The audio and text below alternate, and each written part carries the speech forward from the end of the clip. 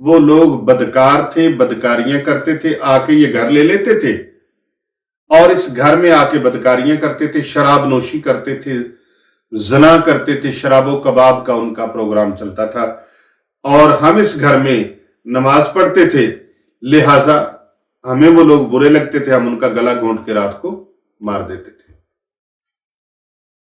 بات سمجھ آ رہی ہے نا؟ جی۔ ان کا گلا گھونٹ کے ہم ان کو مار دیتے تھے۔ میں نے اس سے کہا کہ میں رات کے وقت تم سے ڈرتا ہوں، لہذا یار تو ایسے کر، پھر مہربانی کر، تو جب رات کو کنویں سے نکل کے آتا ہے نا، مجھے بڑا ڈر لگتا ہے، پرانا کنواں تھا تو اس سے تو نکل کے آتا ہے، مجھے بڑا ڈر لگتا ہے، تو دن کی روشنی میں، دن کے اجالوں میں آ جایا کر۔ میں نے جب اس سے یہ کہا کہ رات کے وقت تم سے ڈرتا ہوں، دن کو آیا کرو، تو اس نے اس چیز کی حامی بھر لی، میری بات پر عمل کیا۔ اس نے کہا ٹھیک ہے جی، میں آئندہ سے رات کو نہیں آؤں گا، دن کو آیا کروں گا۔ چنانچہ فرماتے ہیں کہ وہ دن کو کنویں سے باہر آ جاتا اور قرآن کریم مجھ سے پڑھتا۔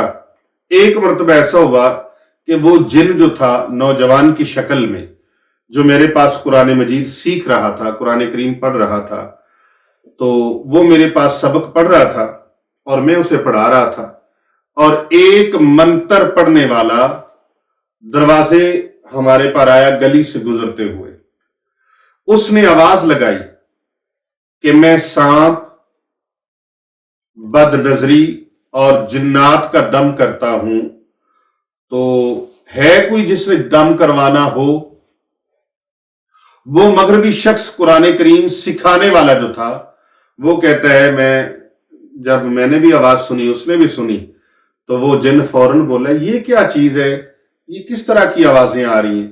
تو میں نے اس کو بتایا کہ کوئی منتر والا، وہ ہوتے ہیں نا سنیاسی مداری، یہ وہ نجومی دم کرنے والے اس طرح کے، تو جو منتر تنتر جنتر پڑھتے ہیں تو اس طرح کی وہ کرتے ہیں، تو وہ اس طرح کا آدمی گزر رہا ہے، اس نے آواز لگائی ہے، تو وہ جن کہتا ہے کہ یہ چیز ہوتی کیا ہے، یہ دم جو اس طرح کے یہ لوگ ہیں کرتے ہیں؟ تو میں نے کہا کہ یہ جھاڑ پھونک کرنے والا شخص ہے، وہ جن اس کو اس کی ہرس پڑ گئی، یا اس کا سمجھ لو اس کو نا ایک اس کے دل میں یہ بات اٹھنے لگی کہ میں بھی اس کو چیک کروں، دیکھوں یہ ہے کیا، اس کی ٹو میں لگ گیا، جس طرح کہتے ہیں ٹو میں پڑ جانا، یا اس کے ٹھرک میں چلا گیا کہ مجھے یہ چیز بتائی جائے کہ آخر یہ ہے کیا۔ تو اس نے کہا اس کو بلا کے لاؤ۔ وہ مغربی شخص کہتا ہے میں اس کو اندر بلا لایا، تو جب میں اس کو اندر بلا کے لایا اور دیکھا کہ وہ جن جو تھا، جو قرآن کریم پڑھا کرتا تھا، وہ بھاگ کے چھت پہ چڑھ گیا، اس گھر کی چھت پہ چلا گیا۔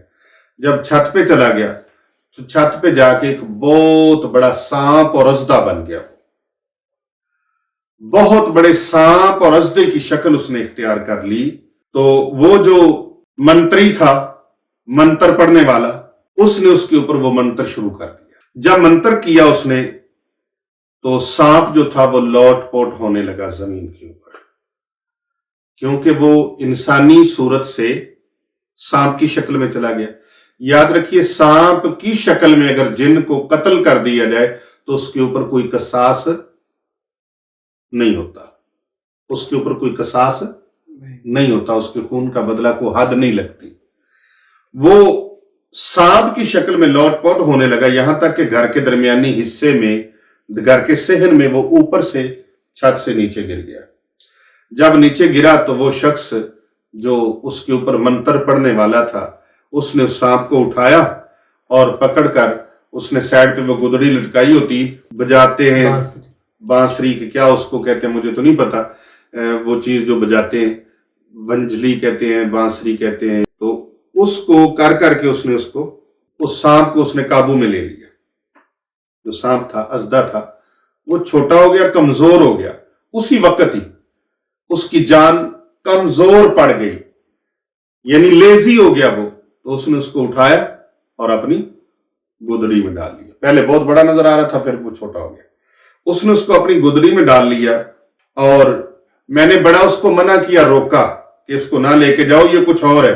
اس نے کہا نہیں، یہ سانپ ہے بھائی۔ تو اس نے سانپ کو گودڑی میں ڈالا اپنے تھیلے میں، اور لے گیا. اس نے کہا مجھے میرے شکار سے منع نہ کر، یہ میرا شکار ہے، یہ میری چیز ہے. اس نے انکار کر دیا. پھر وہ کہتے ہیں کہ میں نے اس شخص کو ایک اشرفی دی. آج کا آپ وہ ڈالر سمجھ لیں، پاؤنڈ سمجھ لیں، ریال سمجھ لیں، یورو سمجھ لیں، روپیہ سمجھ لیں. وہ کہتے ہیں کہ میں نے وہ ایک دیا اس کو. تو وہ پھر بھی نہ رکا، چلا گیا. پھر اس نے حرکت کی.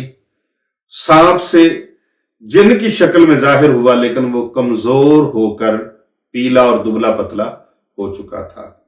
میں نے اس سے پوچھا تمہیں کیا ہو گیا ہے؟ جن نے کہا کیونکہ انہوں نے وہ اشرفی دے کے اس کو واپس لے لیا تھا. منتری کو، مانتری کہہ لیں اس کو، یا وہ منتر جو پڑھنے والا تھا مانتری، اس کو اشرفی دی اور اشرفی دے کے اس سانپ کو واپس لیا. اور سانپ کو جب باہر نکالا وہ پھر دوسری شکل میں آیا. تو وہ مغربی شخص کہتا ہے میں نے اس سے پوچھا کہ تمہیں ہو کیا گیا تھا؟ وہ کہتا ہے مجھے ہونا کیا تھا، میں اس لالچ میں پڑ گیا چلو دیکھتا ہوں کیا ہوتا ہے. یہ کئی لوگوں کو بڑا شوق ہوتا ہے. وہ کہتے ہیں بھلا کیا ہوتا ہے؟ بھئی بھلا کیا ہوتا ہے؟ آپ کیا دیکھنا کیا چاہتے ہیں؟ مجھے یہاں پر حضرت بایزید بستامی رحمۃ اللہ علیہ کا ایک واقعہ ذہن میں آ گیا. آپ کے پاس ایک آدمی آیا تو وہ عرض کرنے لگا حضرت کچھ دکھائیں. اور میں کیا دیکھ رہا ہوں؟ اس نے کہا جی کچھ دکھا دیں، بس کچھ دکھا دیں. اور میں کیا دیکھنا جی کچھ دکھا دیں.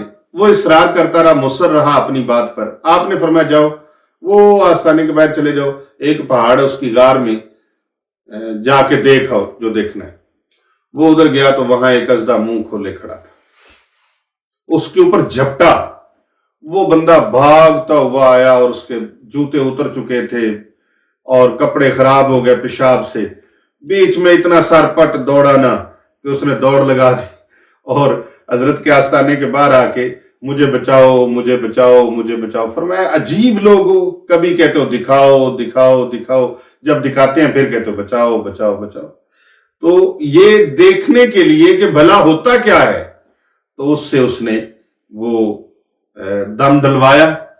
اب وہ منتر کرتا تھا.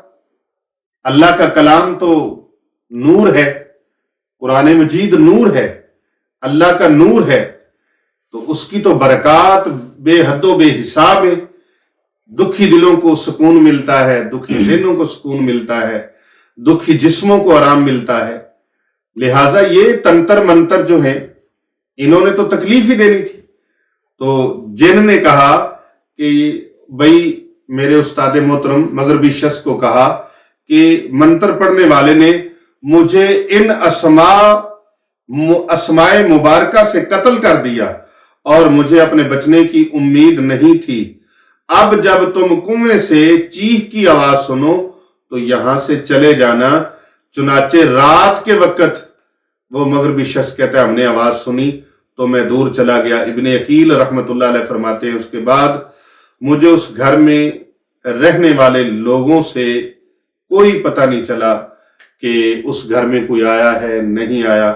ہم نے بھی اس گھر سے اپنے آپ کو الگ تھلگ کر دیا اور اس کی دلچسپی اور اس کی معلومات لینے سے بھی ہم اوائڈ کرنے لگے، کیونکہ اس نے اپنے آپ کو پیش کر دیا تھا، سانپ کی شکل میں پیش کر دیا.